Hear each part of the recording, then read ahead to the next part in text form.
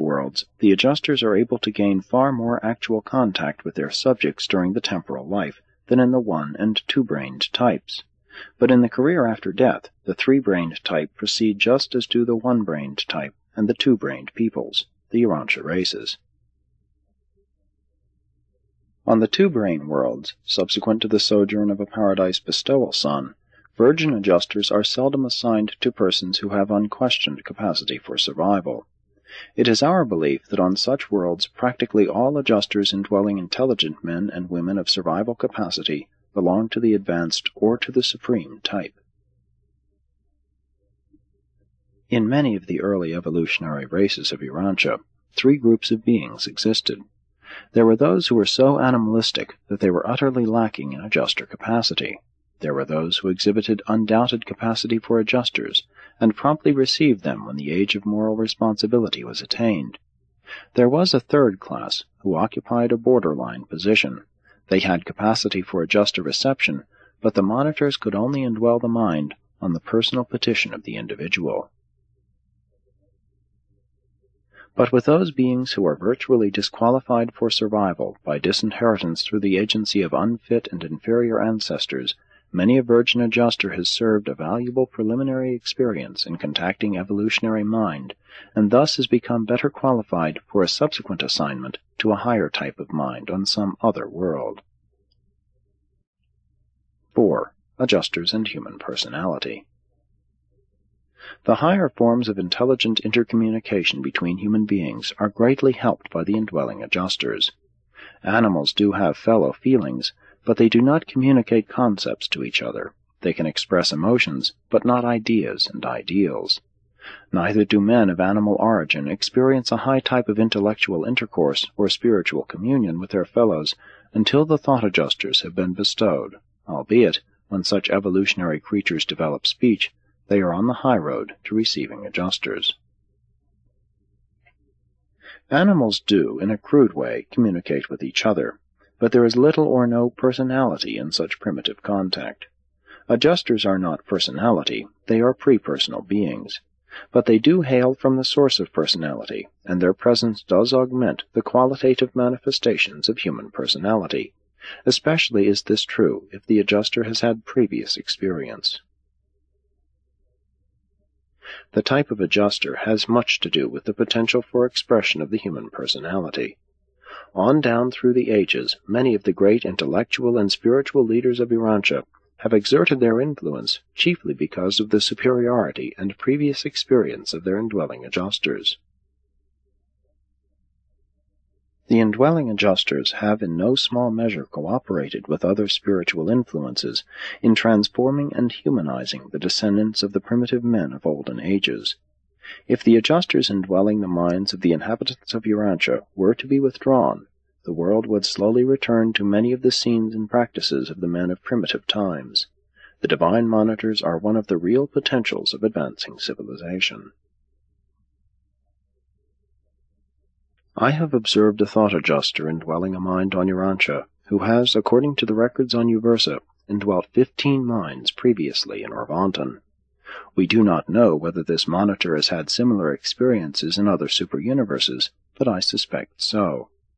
This is a marvelous adjuster, and one of the most useful and potent forces on Urantia during this present age. What others have lost, in that they refused to survive, this human being, and your whole world, now gains. From him who has not survival qualities shall be taken away even that experienced adjuster which he now has, while to him who has survival prospects shall be given even the pre-experienced adjuster of a slothful deserter. In a sense, the adjusters may be fostering a certain degree of planetary cross-fertilization in the domains of truth, beauty, and goodness. But they are seldom given two indwelling experiences on the same planet. There is no adjuster now serving on Urantia who has been on this world previously. I know whereof I speak, since we have their numbers and records in the archives of Uversa. 5. Material handicaps to adjuster indwelling.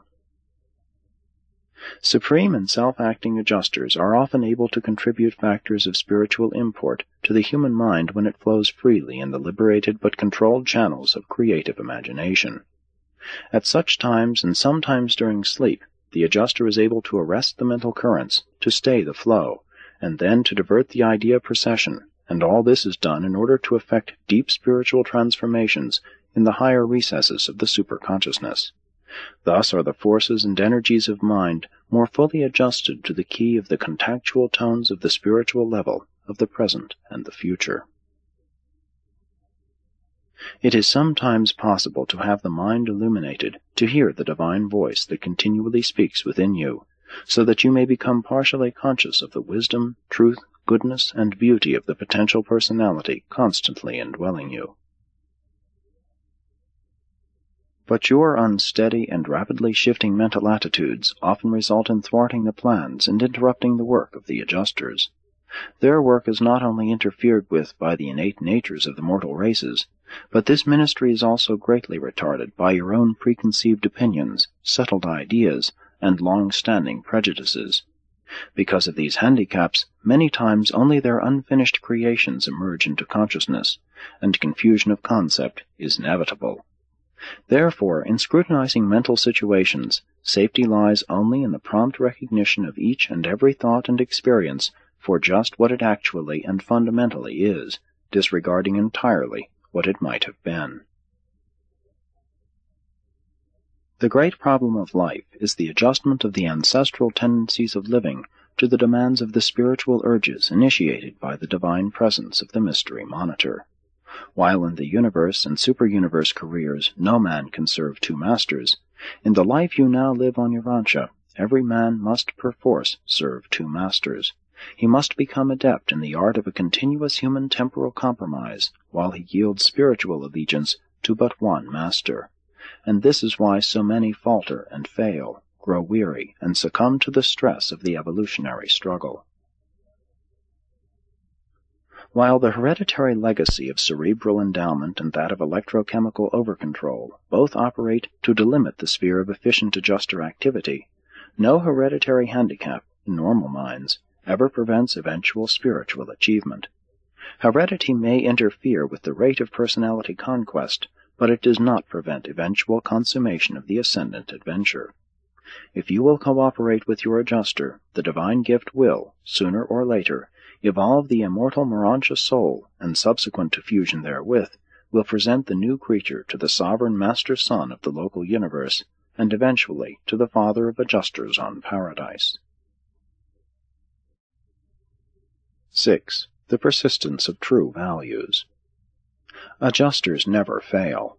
Nothing worth surviving is ever lost. Every meaningful value in every will creature is certain of survival, irrespective of the survival or non-survival of the meaning-discovering or evaluating personality. And so it is, a mortal creature may reject survival. Still, the life experience is not wasted. The eternal adjuster carries the worthwhile features of such an apparent life of failure over into some other world, and there bestows these surviving meanings and values upon some higher type of mortal mind, one of survival capacity. No worthwhile experience ever happens in vain. No true meaning or real value ever perishes. As related to fusion candidates, if a mystery monitor is deserted by the mortal associate, if the human partner declines to pursue the ascending career, when released by natural death, or prior thereto, the adjuster carries away everything of survival value which has evolved in the mind of that non-surviving creature. If an adjuster should repeatedly fail to attain fusion personality because of the non-survival of successive human subjects, and if this monitor should subsequently be personalized, all the acquired experience of having indwelt and mastered all these mortal minds would become the actual possession of such a newly personalized adjuster, an endowment to be enjoyed and utilized throughout all future ages. A personalized adjuster of this order is a composite assembly of all the survival traits of all his former creature hosts. When adjusters of long universe experience volunteer to indwell divine sons on bestowal missions, they full well know that personality attainment can never be achieved through this service. But often does the Father of Spirits grant personality to these volunteers and establish them as directors of their kind. These are the personalities honored with authority on Divinington, and